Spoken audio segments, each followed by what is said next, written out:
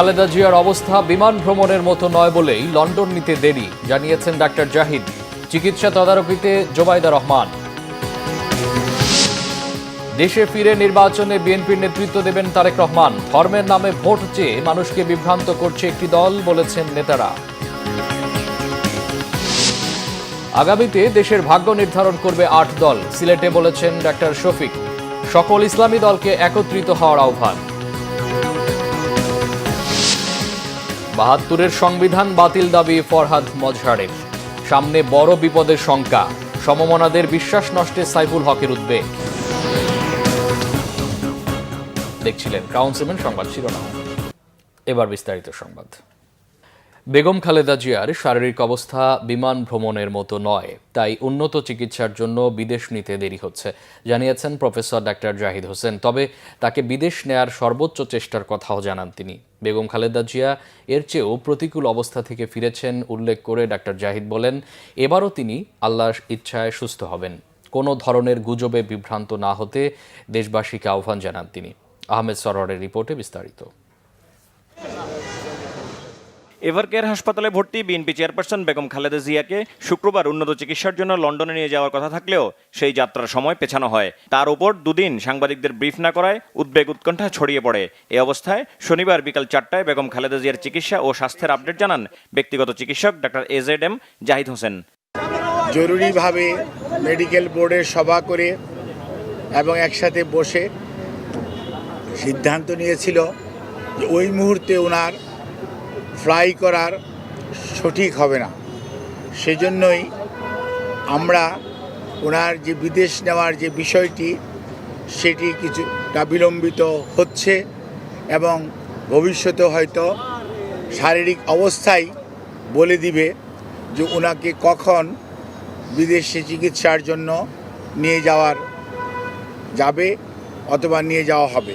আল্লাহর অশেষ সহমতে সব সময় উনি এসছেও প্রতিকূল অবস্থা থেকে আল্লাহ ওনাকে সুস্থ করেছেন। আপনাদের সবার দোয়ায় আমরাও এবার এবং মেডিকেল বোর্ড অত্যন্ত আশাবাদী যে এবারও ওনার যে শারীরিক জটিলতা এটা থেকে আপনাদের দোয়া এবং আল্লাহর অশেষ মেহেরবানিতে ইনশাল্লাহ দেশনেত্রী বেগম খালেদা জিয়া সুস্থ হবেন। আর বিদেশে যাওয়ার ব্যাপারে আমাদের সর্বোচ্চ প্রস্তুতি রয়েছে। যখনই ওনাকে বিদেশ নেওয়ার জন্য মেডিকেল বোর্ড যথোপযুক্তভাবে তৈরি মনে করবেন, শারীরিকভাবে মনে হবে যে ওনাকে সেফলি ট্রান্সফার করা যাবে। কারণ মনে রাখতে হবে 12 থেকে 14 ঘন্টা যখন আপনি এয়ার ফ্লাই করবেন তখন যে হাই অল্টিটিউডে মানুষের শারীরিক যে পরিবর্তন হয় সেটির সাথে খাপ খাওয়ানো একজন অসুস্থ মানুষের পক্ষে সবসময় সম্ভব হয় না।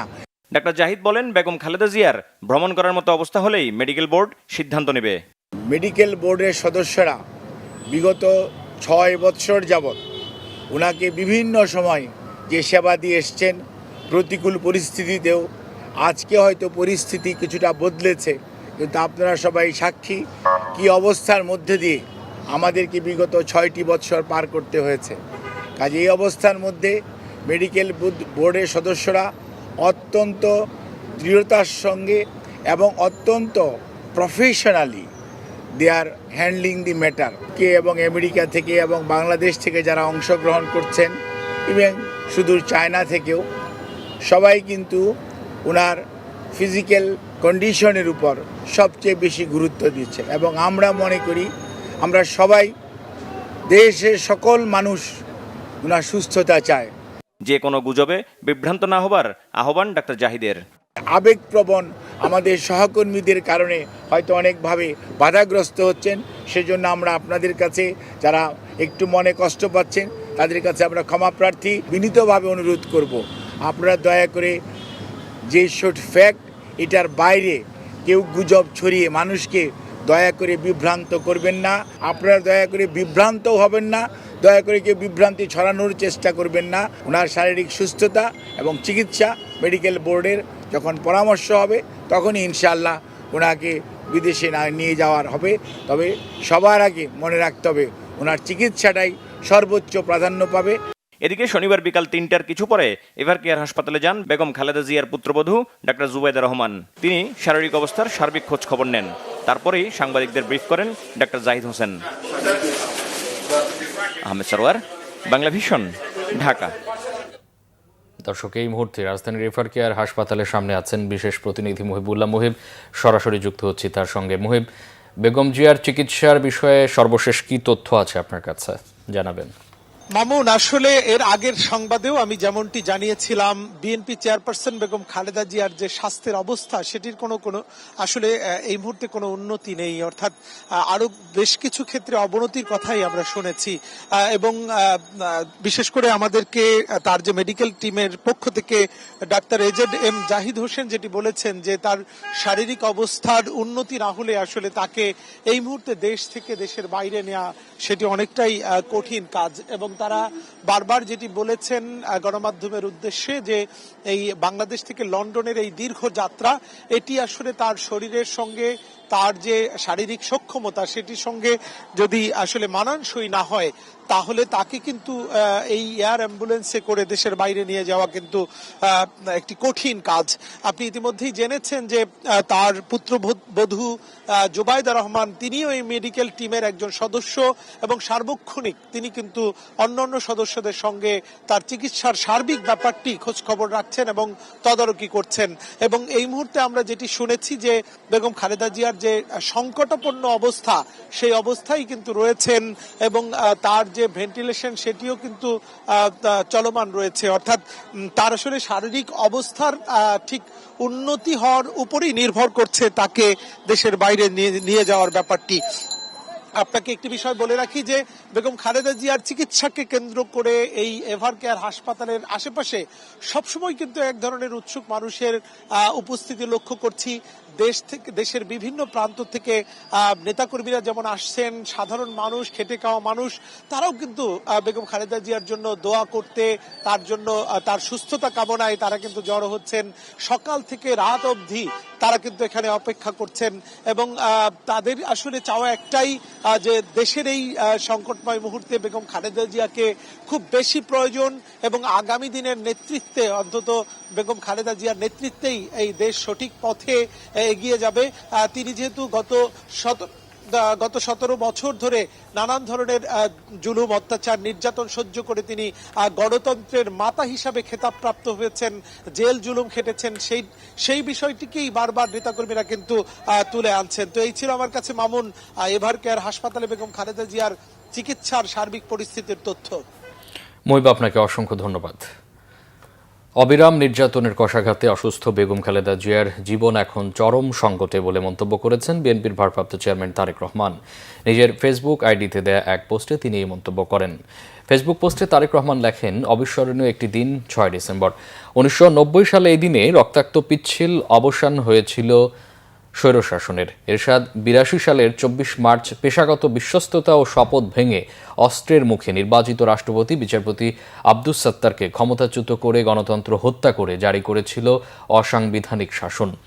যে সাংবিধানিক রাজনীতি ছিল বহুদলীয় গণতন্ত্রের নিশ্চয়তা, যার সূচনা করেছিলেন স্বাধীনতার মহান ঘোষক শহীদ প্রেসিডেন্ট জিয়াউর রহমান। তারেক রহমান লেখেন, গণতন্ত্র ফিরিয়ে আনতে দীর্ঘ 9 বছর বেগম খালেদা জিয়া দৃঢ় প্রত্যয় নিয়ে নিরন্তর সংগ্রাম চালিয়ে আপসহীন নেত্রী হিসাবে খ্যাতি লাভ করেন, গড়ে তোলেন এক দুর্বার গণ আন্দোলন। এরই ধারাবাহিকতায় 90-এর 6 ডিসেম্বর ছাত্র জনতার মিলিত শক্তিতে স্বৈরাচারকে পরাজিত করে মুক্ত হয়েছিল গণতন্ত্র। সেই অর্জিত গণতন্ত্রের চেতনায় আবারও ছাত্র জনতা 2024 সালের 5ই আগস্ট এক হিংস্র ফ্যাসিবাদী শক্তিকে পরাস্ত করে। গণতন্ত্র বিরোধী পরাজিত শক্তির যাতে আর পুনরুত্থান না ঘটে সেজন্য গণতান্ত্রিক শক্তিকে সবসময় ঐক্যবদ্ধ থাকার আহ্বান জানিয়েছেন তারেক রহমান। বিএনপির স্থায়ী কমিটির সদস্য আমির খসরু মাহমুদ চৌধুরী বলেছেন, দলের ভারপ্রাপ্ত চেয়ারম্যান তারেক রহমান যে কোনো সময় দেশে ফিরবেন, এ নিয়ে গুঞ্জনের কিছু নেই। তারেক রহমান দেশে ফিরেই নির্বাচনে বিএনপি নেতৃত্ব দেবেন। স্থায়ী কমিটির আরেক সদস্য সালাউদ্দিন আহমেদ জানান, ধর্মের নামে ভোট চেয়ে সাধারণ মানুষকে বিভ্রান্ত করছে একটি দল। রিপোর্ট করছেন সিকান্দার রেমান। বিএনপির স্থায়ী কমিটির সদস্য সালাউদ্দিন আহমেদ বলেছেন, আগামী ফেব্রুয়ারিতে বাংলাদেশের ঐতিহাসিক পরিবর্তনে জাতীয় সংসদ নির্বাচন হবে।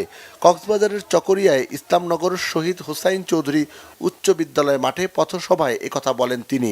ধর্ম নিয়ে রাজনীতি করা হচ্ছে বলেও অভিযোগ করেন তিনি। যারা আজকে ধর্মের দোহাই দিয়ে মা বোনদেরকে, সরল মনা মা বোনদেরকে বিভ্রান্ত করার চেষ্টা করছে, যে এইবার একটা সুযোগ এসছে, অমুক মার্কায় ভোট দিলে তরতরাইয়া বেহেশতে যাবে, এটা আপনারা বিশ্বাস করেন? আমরা মনে করি বাংলাদেশের সহজ সরল ধর্মভীরু মা বোনেরা, মানুষেরা, ভাই বন্ধুরা, তারা কখনো ওইটাতে বিভ্রান্ত হবেন না। বিএনপির স্থায়ী কমিটির সদস্য আমির খসরু মাহমুদ চৌধুরী জানান, নির্বাচনী জোট ও আসন নিয়ে আলাপ আলোচনা এখনই শেষ হয়নি। সংলাপ, আলাপ আলোচনা সবসময়ই গণতন্ত্রের অংশ। ওনার বাংলাদেশে যে পরিকল্পনা আছে সবগুলো ভালোভাবে এগুলো পরিকল্পনাগুলো সব দলের পক্ষ থেকে, ওনার পক্ষ থেকে আমরা শেষ করে ফেলেছি। সুতরাং উনি যে কোনো সময় বাংলাদেশে আসবেন, আর যারা গুঞ্জন করছেন তাদেরকে গুঞ্জন করতে দেন, অসুবিধা নেই। একই আশাবাদের কথা জানান বিএনপির সিনিয়র যুগ্ম মহাসচিব রুহুল কবির রিজভী। তিনি বলেন, তারেক রহমান দূর থেকে প্রযুক্তির মাধ্যমে তৃণমূলে সবার সঙ্গে যোগাযোগ রাখছেন। তিনি দেশ ও দেশের জনগণকে ভালোবাসেন বলেই যথাসময়ে দেশে ফিরে নেতৃত্ব দেবেন। এত গুম, খুন, বিচার বহির্ভূত হত্যাকে সহ্য করে আমরা যে গণতন্ত্র অর্জন করতে যাচ্ছি, সেটা যদি প্রলম্বিত করা হয় এই সমস্ত কথা বলে, তো এটা আমি মনে করি যে এটা গণতন্ত্রের বিকাশ, রাষ্ট্রীয় গণতন্ত্রের বিকাশ এবং সমাজে গণতন্ত্রের যে কালচারটাকে ছড়িয়ে দেওয়ার ক্ষেত্রে এটা বড় ধরনের ব্যত্যয় হবে। রিজভী বলেন, বিএনপি সবসময় পলিটিক্স অফ কমিটমেন্টে বিশ্বাসী। অতীতেও দল তাদের প্রতিশ্রুতি বাস্তবায়ন করেছে, ভবিষ্যতেও সে ধারাবাহিকতা বজায় থাকবে। সেই অঙ্গীকার দেশনেত্রী বেগম খালেদা জিয়া 91 সালে প্রধান। সিকান্দার রহমান, বাংলা ভিশন, ঢাকা। 8 দলের বাইরে যে সকল ইসলামী দল আছে তাদের 8 দলে আসার আহ্বান জানিয়েছেন জামাত ইসলামীর আমির ডাক্তার শফিকুর রহমান। বলেন, ঐক্যবদ্ধ থাকলে প্রশাসনের মাধ্যমে নির্বাচনী কূ এই দেশে আর হবে না। 8 দলের অন্য নেতারা বলেন, 15 বছরে ইসলামী দলগুলোর নেতারা অত্যাচার, নির্যাতনের শিকার হলেও তারা মাথা নত করেনি। মোবাশের আহমদের রিপোর্ট। শনিবার দুপুরে সিলেটের ঐতিহাসিক আলিয়া মাদ্রাসা মাঠে ইসলামী ও সমমনা 8 দলের বিভাগীয় সমাবেশে প্রধান অতিথি হিসেবে যোগ দেন জামায়াত ইসলামীর আমির ডাক্তার শফিকুর রহমান। 8 দলের বাইরে যে সকল ইসলামী দল রয়েছে তাদের জুলাই আকাঙ্ক্ষা বিরোধীদের সঙ্গ ছাড়ার আহ্বান জানান জামায়াতের আমির। দেশপ্রেমিক দল মিলে একদলীয় আমাদের কর্মকাণ্ড পরিচালিত হচ্ছে। 2-1টি ইসলামী দল এখন তার বাইরে আছে।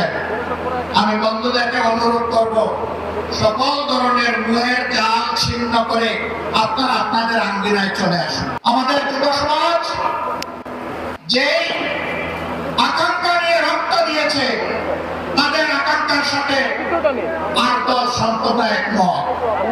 এই আকাঙ্ক্ষার বিপক্ষে যারা দাঁড়াবে, জনগণ আগামী নির্বাচনে তাদেরকে আর ক্ষমা করবে না।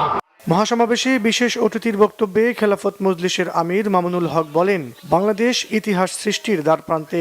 ইসলামী আন্দোলনের নেতাকর্মীরা কখনো অন্যায়ের কাছে মাথা নোয়ায়নি। বৈষম্যহীন ইনসাফ ভিত্তিক বাংলাদেশ গড়তে ইসলামী শক্তিকে ক্ষমতা নেওয়ার জন্য হাতে হাত রেখে কাজ করার আহ্বানও জানানো হয় 8 দলের সমাবেশ থেকে। মোবাশির আহমেদ, বাংলা ভিশন, ঢাকা। রাষ্ট্রচিন্তক ফরহাদ মজহার বলেছেন, 72-এর সংবিধান বাতিল করতে হবে। জুলাই অভ্যুত্থানের মাধ্যমে জনগণ এটাই চেয়েছে বলে মন্তব্য করেন তিনি। বাংলাদেশ পূজা উদযাপন পরিষদ আয়োজিত ত্রয়োদশ জাতীয় সংসদ নির্বাচন ও প্রত্যাশা নিয়ে আয়োজিত সেমিনারে এসব কথা বলেন ফরহাদ মজহার। বলেন, নতুনভাবে বাংলাদেশ গঠন করতে হবে। রাষ্ট্রের সকল স্তরে জনগণের অংশগ্রহণ ও সিদ্ধান্ত গ্রহণের ক্ষমতাই গণতন্ত্র বলে উল্লেখ করেন তিনি। নতুন ব্যবস্থা প্রতিষ্ঠিত না হলে সামনে বড় ধরনের বিপদ আসতে পারে বলে আশঙ্কা তার।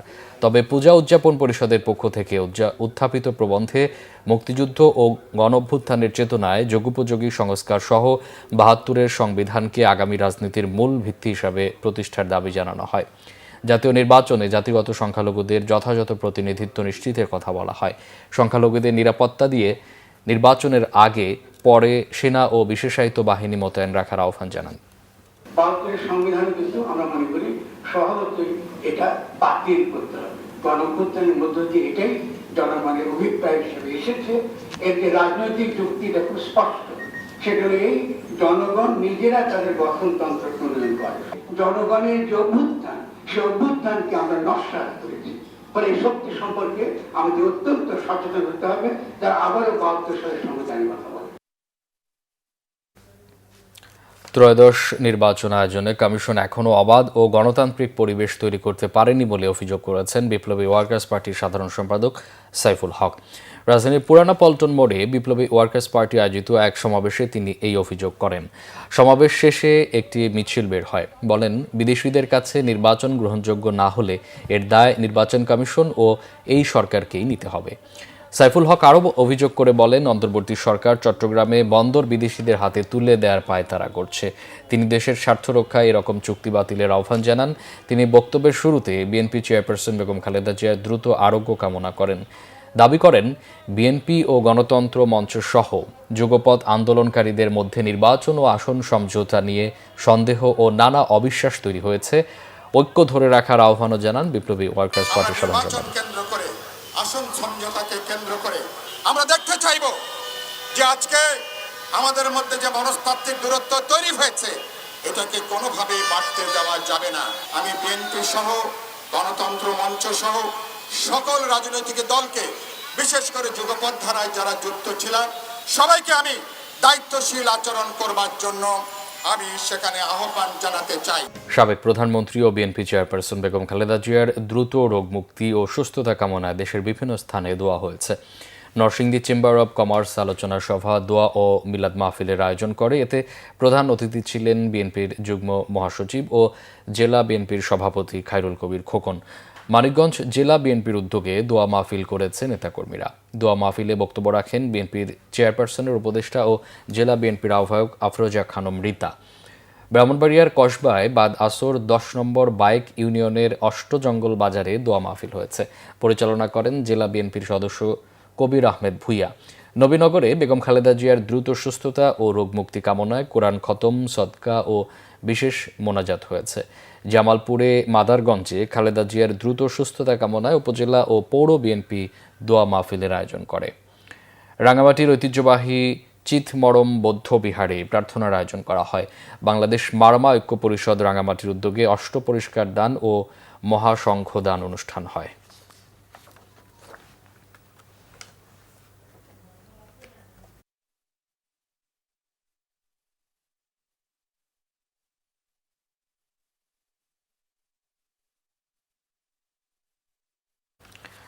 রাজধানীর আগারগাঁওয়ে গ্যাস লাইনের লিকেজ থেকে বিস্ফোরণে একই পরিবারের নারী শিশু সহ 6 জন দগ্ধ হয়েছেন। ঘটনার সময় দগ্ধরা সবাই ঘুমন্ত ছিলেন। শনিবার ভোর 4:30টার দিকে আগারগাঁও ইসলামিক ফাউন্ডেশনের পাশের একটি ভবনে এই ঘটনায় দগ্ধ ও আহতদের জাতীয় বার্ন ও প্লাস্টিক সার্জারি ইনস্টিটিউট এবং ঢাকা মেডিকেল কলেজ হাসপাতালের বার্ন ইউনিটে ভর্তি করা হয়েছে। তাদের কয়েকজনের অবস্থা আশঙ্কাজনক। এদিকে নারায়ণগঞ্জের সোনারগাঁও এলাকায়ও ভোরে গ্যাস লিকেজ থেকে বিস্ফোরণে একই পরিবারের 4 জন দগ্ধ হয়েছেন। তাদের চিকিৎসা চলছে জাতীয় বার্ন ও প্লাস্টিক সার্জারি ইনস্টিটিউটে। চিকিৎসক জানান, নারায়ণগঞ্জের ঘটনায় সবার অবস্থাই গুরুতর। সালাউদ্দিন নামে একজনের অবস্থা আশঙ্কাজনক। 3 জন আছেন, 2 জন বাচ্চা, দাদি আর বাবাকে আমরা মেল ডিউটি পাঠিয়েছি। আর বাকি যে 3 জন এখানে আছেন ওদেরকে আমরা এখান থেকে বাকি প্রস্তুতি শেষ করার পরে আমরা বিভিন্ন জায়গায় আমরা তখন পাঠিয়ে দিব। অতীশ দীপঙ্কর বিজ্ঞান ও প্রযুক্তি বিশ্ববিদ্যালয়ের সমাবর্তন হয়েছে বাংলাদেশ চীন মৈত্রী সম্মেলন কেন্দ্রে। এতে বিশ্ববিদ্যালয়ের চ্যান্সেলর মহামান্য ও রাষ্ট্রপতির পক্ষ থেকে বিশ্ববিদ্যালয় মঞ্জুরি কমিশনের chairman doctor SM.A. Foyez graduate ও মাস্টার্স সনদ দেন।